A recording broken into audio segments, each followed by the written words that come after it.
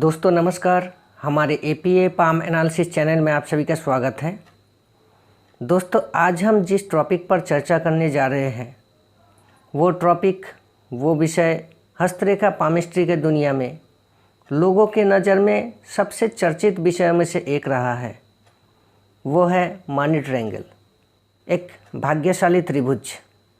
तो इस त्रिभुज को बनने के लिए हथेली में 3 मुख्य रेखाओं का आवश्यकता होता है और वो 3 मुख्य रेखाएं होती है मस्तिष्क रेखा, शनि रेखा जिसे भाग्य रेखा भी कहा जाता है, और तीसरी एक रेखा का ज़रूरत होता है वो है बुध रेखा जिसे व्यापार का रेखा भी कहा जाता है।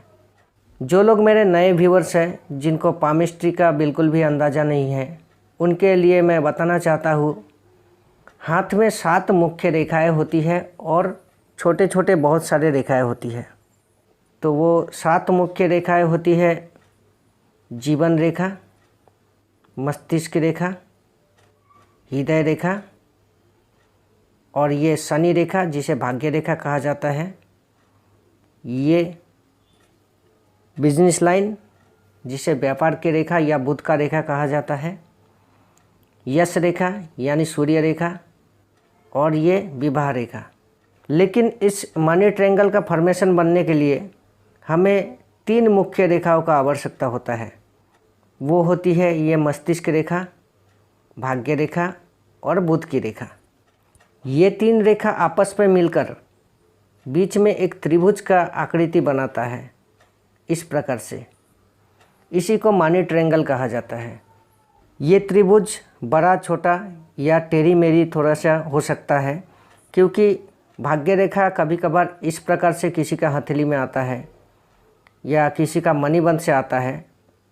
तो ये कैसा भी हो, लेकिन यहाँ पर एक त्रिकोण इस 3 रेखा से बनना चाहिए इस प्रकार से। त्रिभुज का आकार जितना बड़ा होगा निश्चित रूप से उसका फ़ायदा भी ज़्यादा देखने को मिलेगा। तो इस भाग्यशाली त्रिभुज को बहुत ही शुभ माना गया है, क्योंकि ये जिन व्यक्तियों के हथेली में बनती है ऐसे लोगों की फाइनेंशियल कंडीशन अच्छा होता है और ऐसा व्यक्ति अपना जीवन काल में काफ़ी सारा धन इकट्ठा करने में, धन को संचय करने का स्थिति पाई जाती है। ये त्रिकोण जितना स्पष्ट होगा, निर्दोष होगा, व्यक्ति उतना ही आर्थिक दृष्टि से मजबूत रहेगा।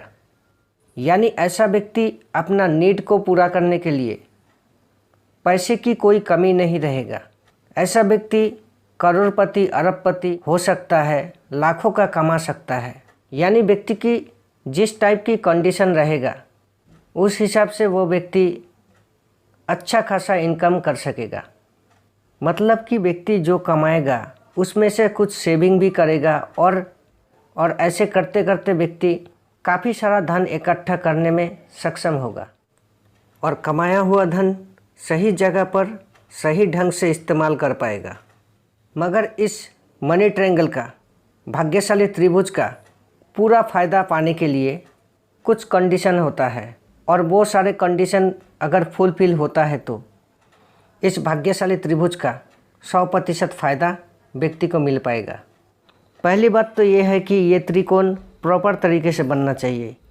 इस त्रिकोण के कहीं भी स्थान पर किसी रेखा में कहीं पर टूटी हुई ना हो, यानी ये त्रिकोण बिल्कुल निर्दोष होना चाहिए।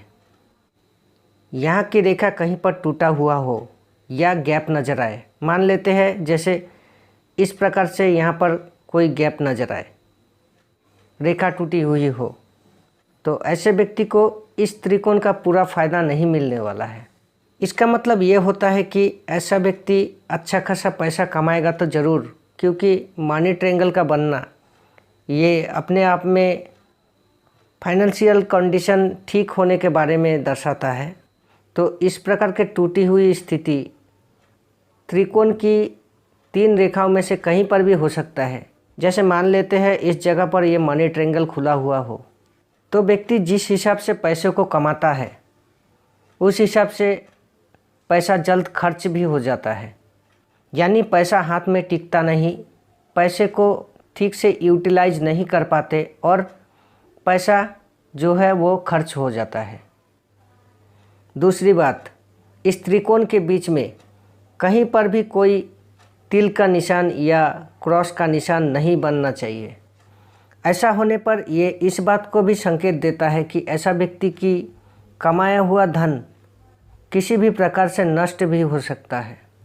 तो मतलब ये मनी ट्रायंगल बिल्कुल निर्दोष होना चाहिए और इसमें किसी भी प्रकार के कोई तिल या क्रॉस का निशान, आड़ी तिरछी रेखा नहीं होना चाहिए। तीसरी बात, शनि रेखा को यानी जिसे भाग्य रेखा कहा जाता है वो बिल्कुल शनि पर्वत तक पहुंचना चाहिए।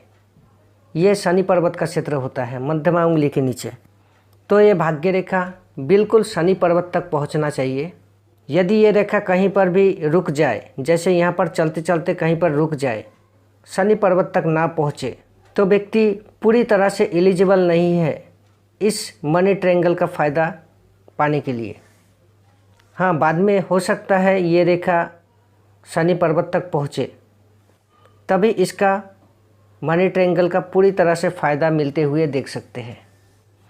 कुल मिलाकर देखा जाए तो हाथ के ये 3 मुख्य रेखाएं भी ठीक होना चाहिए, मस्तिष्क रेखा, भाग्य रेखा और बुध की रेखा, और साथ में हाथ की पर्वतों की स्थिति भी ठीक होना चाहिए। खास करके शनि पर्वत और बुध पर्वत की स्थिति ठीक होना चाहिए और ये मनी ट्रायंगल बिल्कुल निर्दोष होना चाहिए, प्रॉपर तरीके से बनना चाहिए। यहाँ पर किसी भी प्रकार के कोई टूटन फूटन या क्रॉस, तिल का निशान नहीं होना चाहिए, तो बिल्कुल निर्दोष होना चाहिए, तभी इसका पूरा फ़ायदा मिलेगा।